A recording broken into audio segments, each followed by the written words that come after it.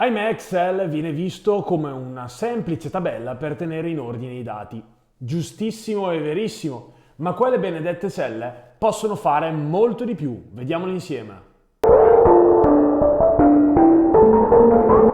Sono Mattia Merlini, ingegnere informatico e professore freelance specializzato in linguaggi di programmazione. Da 2020 formo ogni anno oltre 100 adulti nell'utilizzo della tecnologia e del pacchetto Office, con un metodo ruvido, diretto e focalizzato sui risultati. Noi tecnici dobbiamo essere molto bravi a parlare con le macchine, ma ancora di più con le persone.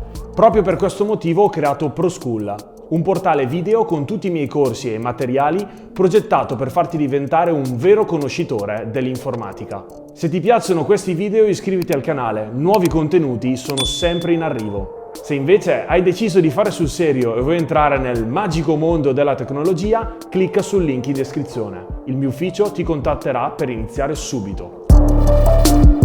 Se stai guardando questo contenuto, molto probabilmente hai iniziato ad utilizzare Excel da poco, oppure ti sei fermato al suo utilizzo base. Ora vediamo insieme alcune funzionalità che ti apriranno un nuovo mondo. Bene, parliamo di Excel.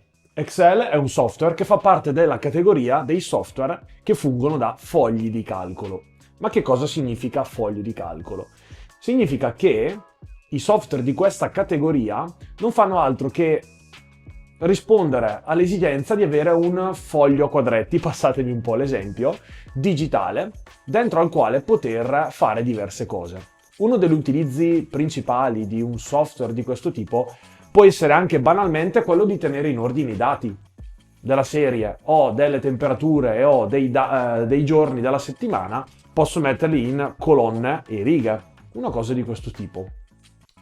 Posso addirittura anche fare dei grafici. Così come posso poi sfociare nell'analisi, nello smontare e rimontare alcuni dati con le famose tabelle pivot di cui si sente tanto parlare, oppure posso anche andare a fare dei calcoli anche molto complessi e in questo modo riusciamo ad andare ad utilizzare un po' tutto il potenziale di questo Excel.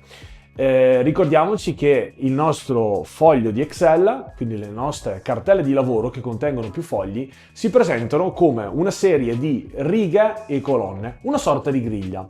Diciamo che questa griglia è formata più o meno in questo modo. Cerchiamo di renderla un attimo evidente. Sulle colonne abbiamo delle lettere che vanno ad indicizzare quelle che sono appunto le colonne, e sulle righe invece abbiamo dei numeri. Abbiamo 1, 2, 3, 4 e così via. L'incontro, ok? Quindi l'incontro tra quello che è la colonna e la riga va a formare un determinato elemento che ha un'importanza cruciale all'interno del nostro foglio e del nostro, ancora a livello ancora più generico, della nostra cartella di lavoro di Excel. Quindi diciamo che l'incontro ortogonale tra una riga ed una colonna mi va a formare un determinato elemento che d'ora in poi andremo a chiamare cella. Questa cella ha anche un determinato nome e questo nome viene dato non tanto a caso o in ordine, ma viene dato prendendo l'indice della colonna e l'indice della riga. Quindi in questo caso la cella che abbiamo appena evidenziato è la cella B3. Così, come se dovessimo andare a, non so, prendere la prima cella in alto a sinistra, questa sarà la cella A1. Così come quest'altra potrà essere la cella D2. Questa, ok? Quindi abbiamo appena visto un attimo come funziona il reticolato, chiamiamolo così, del nostro carissimo amico Excel. Una delle domande che ci viene chiaramente più naturale è quella di: ma quante sono le righe e quante sono le colonne? Bene, cerchiamo di dare una risposta anche a questa domanda, perché parliamoci chiaro, tendenzialmente si utilizzano più righe che colonne. Infatti, immaginatevi anche soltanto un elenco, una rubrica, quindi nome, cognome, numero di telefono, abbiamo 3 colonne e abbiamo un'infinità di righe in base a quante persone stiamo inserendo in questo nostro foglio di contatti. Diciamo che tendenzialmente si utilizzano sempre più righe piuttosto che le colonne, ma questo poco importa la domanda che ci siamo fatti, perché la domanda che ci siamo fatti è molto precisa. Fin quanto posso andare avanti scrollando orizzontalmente e fin quanto posso andare avanti scrollando verticalmente? La risposta è molto semplice. Sia le righe che le colonne sono infinite. Ok, però spiegami un attimo come vengono chiamate, perché arriveremo alla Z prima o poi, siamo tutti d'accordo. Infatti, una volta finita la Z, ricominceremo da AA, che sarà poi AB, AC, AD, fino ad arrivare ad AZ. Dopo AZ passeremo a BA, BB, BC, BD. Dopo CZ passeremo a... dopo BZ arriveremo a CA, CB, CC, CD, CZ, poi passeremo a DA. Un po' come funziona con le targhe delle macchine italiane, quindi che vanno tutte in sequenza. Mentre per quanto riguarda le righe, la cosa è molto semplice. I numeri sono progressivi dall'1 all'infinito. In realtà c'è un limite a tutta questa cosa qua, che è la memoria del nostro calcolatore, quindi del nostro computer, del nostro tablet, del sistema che stiamo utilizzando.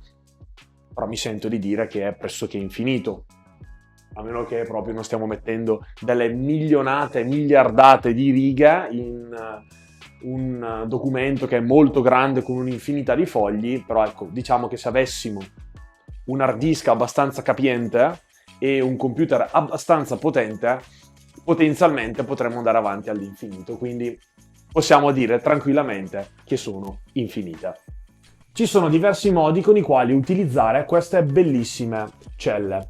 Infatti, diciamo che tantissime persone si fermano soltanto ai primi 2 metodi per poter utilizzare quelle che sono le nostre celle. Infatti, il primo modo di utilizzare la cella è quello di scrivere al suo interno delle stringhe. In informatica, in tutta l'informatica a dire la verità, una stringa non è altro che del testo. Quindi quando io parlo di stringhe in realtà vi sto dicendo quello che è il testo. E nello specifico in Excel, quando vado ad inserire del testo all'interno di una cella, Excel capisce che quello è del testo. Infatti se io scrivo per esempio ciao, lui che cosa fa? Me lo mantiene allineato a sinistra. Provate. Io clicco su una cella, ci scrivo ciao e mi rimane tutto a sinistra.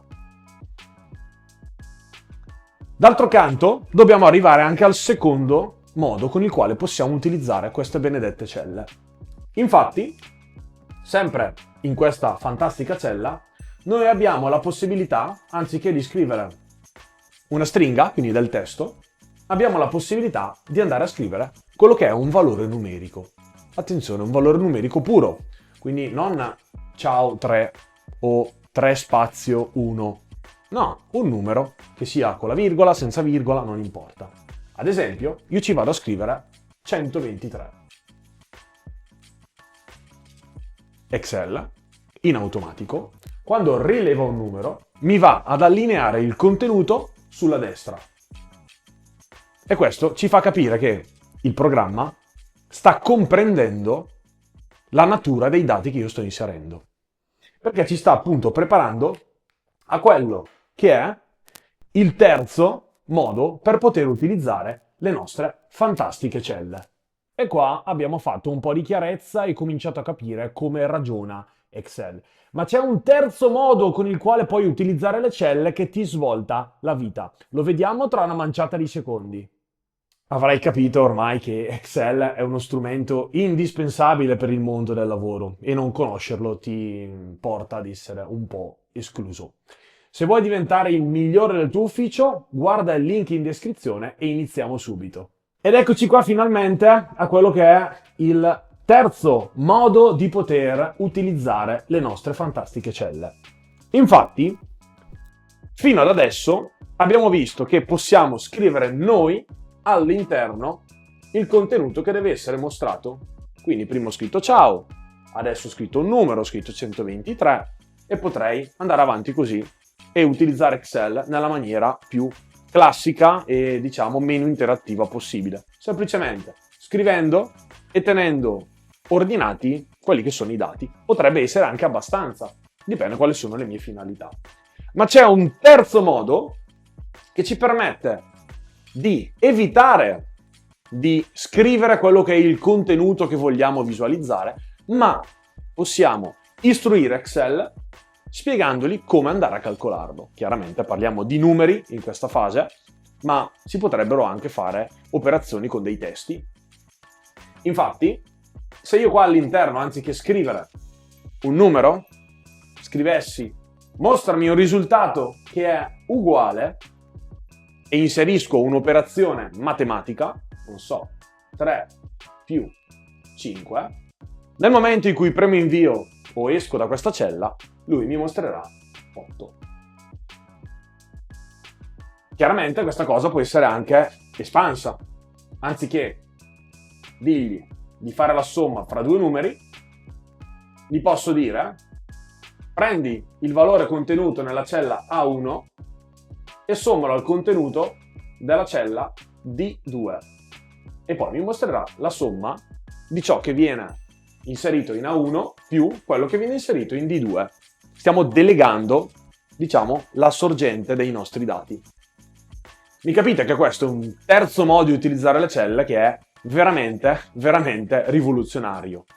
Beh, se sei arrivato fin qui, direi che puoi condividere su WhatsApp con i tuoi colleghi questo video, in modo tale da sbloccare anche a loro il prossimo livello.